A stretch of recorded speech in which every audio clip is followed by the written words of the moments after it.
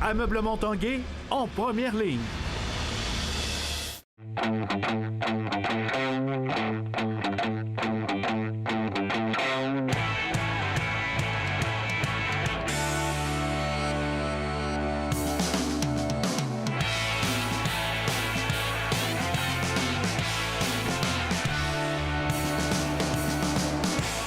À tous un bon mardi, bienvenue à l'Esprit sportif. Dans l'émission aujourd'hui, le boxeur québécois Lexon Mathieu, également deux ex-Rouge et Or qui ont participé au Pro Day de la NFL hier, ainsi que Patrick Roy, entraîneur des Remparts de Québec. Mais d'abord, on parle volleyball masculin universitaire. C'est en fin de semaine au PEPS qu'aura lieu le championnat canadien.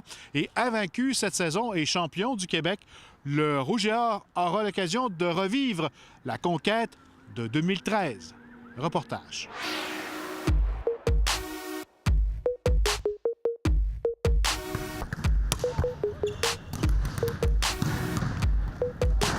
Dans cette saison parfaite, ton équipe a progressé comme tu voulais pour arriver là, à cette fin de semaine-là? Oh oui. Je pense que quand on regarde nos résultats en termes de victoire-défaite, mais quand on regarde un petit peu plus loin la statistique, les différentes phases de jeu, ce qu'on fait, comment les joueurs ont amélioré des petites affaires. Notre équipe d'octobre, quand on a joué le Challenge SSQ, puis notre équipe d'aujourd'hui n'est pas aux antipodes, là. Mais les gens vont constater quand même certaines améliorations. Dans nos choix de jeu, dans les variétés offensives individuelles de certains joueurs, de notre constance en réception de service. Je pense que depuis les derniers matchs, on est assez solide.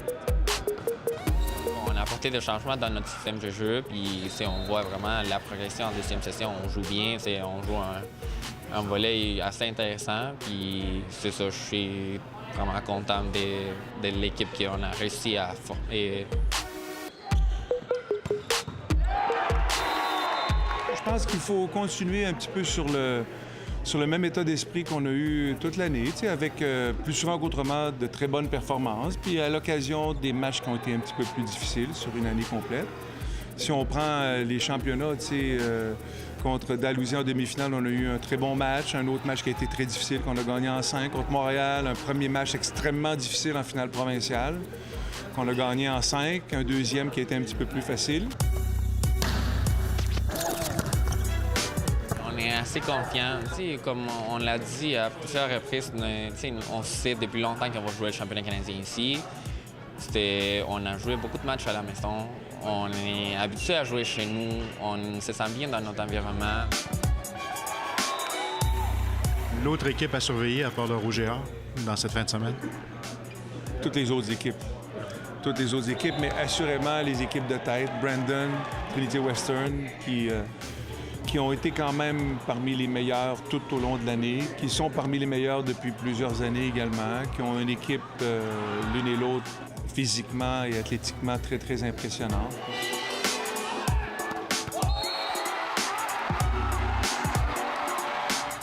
Tu rêves de revivre 2013? Ah oui. Mais tu sais, moi, je suis chanceux. Je suis quand même un grand privilégié, là.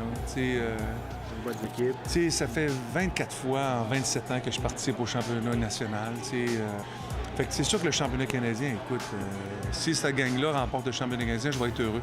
Parce que c'est une belle équipe. Même si ça va pas au mérite, je leur souhaite vraiment.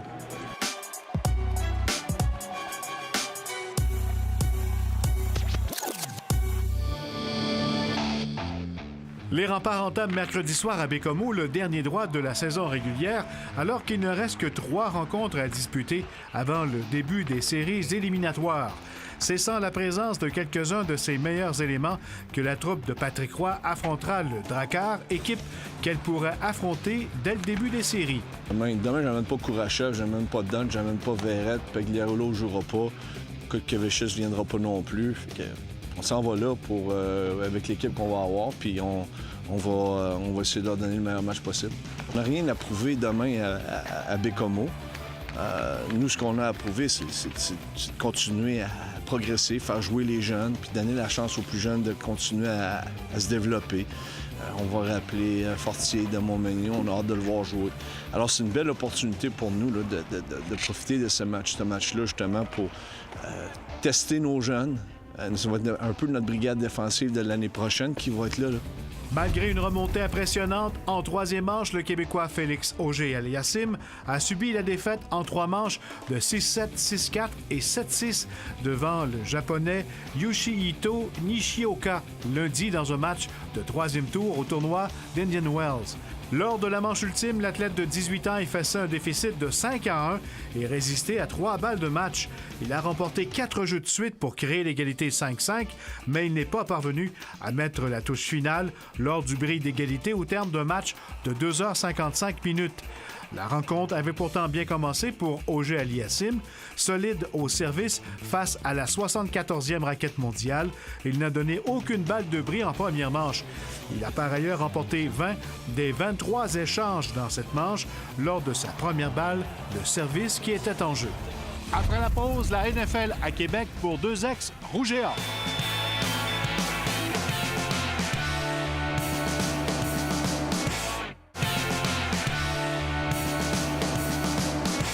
C'est un total de 5 équipes de la NFL qui étaient représentées hier au PEPS lors du Pro Day de la NFL pour 2 ex-Rouge et Or, Mathieu Betts et Samuel Thomassin. Reportage. Premier élan, deuxième élan, troisième élan et hop! Mathieu Betts vient de passer le premier test, le saut vertical. Il y a aussi eu le saut horizontal, les parcours d'habilité et la classique course du 40 verges où il a arrêté le chrono à 4,7 secondes. Ces différents résultats que les recruteurs de la NFL ont comptabilisés lundi se seraient aussi retrouvés souvent dans le top 10 du dernier Combine de la NFL. Super content de mes résultats. Je venais ici avec l'idée de réussir les tests, ou plutôt les temps que je réussissais en préparation durant mes séances d'entraînement. C'est exactement ça que j'ai fait. C'est mon 40 verges, c'est un peu une surprise puisqu'on n'en avait pas couru avec Guillaume Rioux durant notre temps de préparation pour prévenir les blessures qui pourraient arriver. Mais je te dirais que c'est pas mal exactement le temps que je pensais avoir. Les sauts, la même chose. Pour ce qui est des exercices plus techniques à la fin aussi, je pense que j'ai bien fait. J'ai montré que je suis capable de bien me déplacer, donc en général, je suis très satisfait de la journée. Écoute, je pense que c'est une belle opportunité pour moi. Merci à Mathieu, parce que je pense que le fait que Mathieu Betts ait participé au Pro Day, ça m'a ouvert une fenêtre aussi de montrer ce que j'étais capable de faire. C'est sûr qu'en tant que gros bonhomme, c'est différent un peu que Mathieu. Samuel Thomassin, lui, avouait candidement que sans Mathieu Betts, les Steelers, les Bears ou encore les Jets ne seraient jamais venus le voir. J'ai eu beaucoup de messages aussi de mes boys qui ont dit écoute, il n'y a pas grand monde qui ont une chance comme ça, fait que profite-en. Puis je pense que c'est ça que j'ai fait. Puis j'ai été chanceux de pouvoir participer à ça avec mon ami Mathieu, un bon chum. Donc je suis vraiment content. C'est une bonne journée jusqu'à maintenant. Sacha Gavami était fier de ses clients, mais il ne pouvait pas dire s'ils avaient amélioré leur chance au prochain repêchage de la NFL. Et que ça tombe dans un choix de repêchage ou agent libre, on a vu que les deux pouvaient fonctionner. Autant Laurent qui a été repêché, Anthony qui a été signé comme agent libre, c'est pas des éléments qui m'inquiètent, c'est pas des éléments que je me fais avec. L'important, c'est de trouver une bonne place où ce qui va rentrer, avoir du succès et se développer. Et je pense qu'aujourd'hui, c'est une journée où ce qui va s'aider pour ça. L'important pour moi, c'est de démontrer sur film que je suis capable de bien faire comme joueur de football. L'étape d'aujourd'hui, c'était un peu, je ne vais pas dire rassurer, mais démontrer que j'ai les capacités athlétiques nécessaires pour évoluer au niveau professionnel au football. Je pense que c'est ça que j'ai démontré aujourd'hui. C'est certain que je ne sais pas si on peut dire que je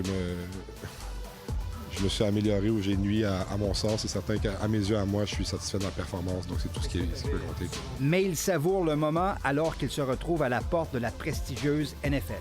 Je suis super fier de ce qui m'arrive en ce moment. C'est le résultat du travail de beaucoup de personnes, en passant par mes parents, mon entourage, tous les milieux sportifs dans lesquels j'ai passé.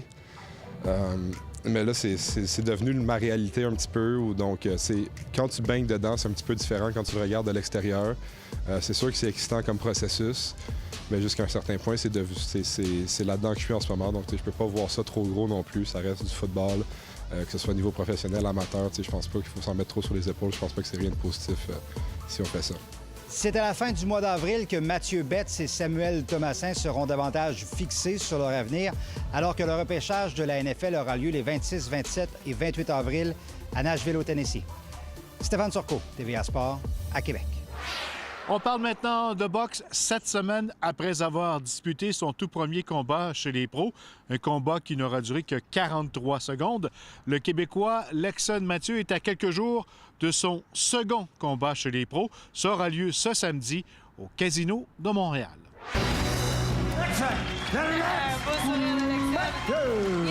Ça aura duré que 43 secondes. 43 petites secondes seulement, mais 43 secondes satisfaisantes pour Lexon Mathieu et son entraîneur. J'ai aimé le fait que je peux pas être touché. J'aime ça boxer. C'est bizarre à dire j'aime boxer, mais j'aime pas sortir de coups. Ça peut être ironique, là, mais je suis content d'avoir gagné mon combat sans avoir mangé de coups.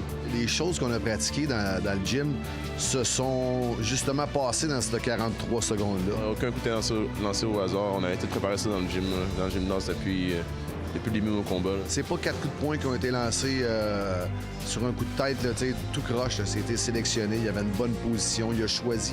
Moi, j'ai beaucoup mis l'accent de choisir ses coups de poing. C'est ce qu'il a fait dans ces 43 secondes-là. Et François Duguay y est même allé d'une pointe d'humour pour décrire l'ingéniosité de son boxeur. Il a passé de gaucher à droitier pour faire une combinaison 1-2 qui a fait faire un 360 à son adversaire. Le dernier que j'ai vu faire un spinorama de même, c'était Denis Savard, je pense, en 86. Le Denis Savard des boxeurs se frottera maintenant à l'Argentin Ariel Alejandro Zampidri au Casino de Montréal le 16 mars prochain. Un boxeur pratiquement 2 fois plus vieux que lui alors qu'il a 35 ans et qui avait d'ailleurs perdu au premier round face à Sadrin Akhmedov au début 2018. Il peut avoir 40 ans ou 25 ans, je vais pas me dire qu'il est plus vieux, fait que peut-être qu'il va être moins bon ou c'est dans la trentaine, il doit être à son pic. Non, pas du tout. Bien, ce que je veux dans la colonne des victoires, c'est c'est une fiche gagnante. C'est un gars qui bouge beaucoup la tête. C'est un gars qui va être capable de nous donner des rounds un petit peu plus résistants que le premier adversaire qu'on a eu. C'est ce que je veux. Je veux qu'on soit capable de voir Lexon un petit peu plus longtemps dans le ring. Plus résistant peut-être, mais à moins que Lexon Mathieu lui serve un autre spinorama. Stéphane Turcot, TVA Sport, à Québec.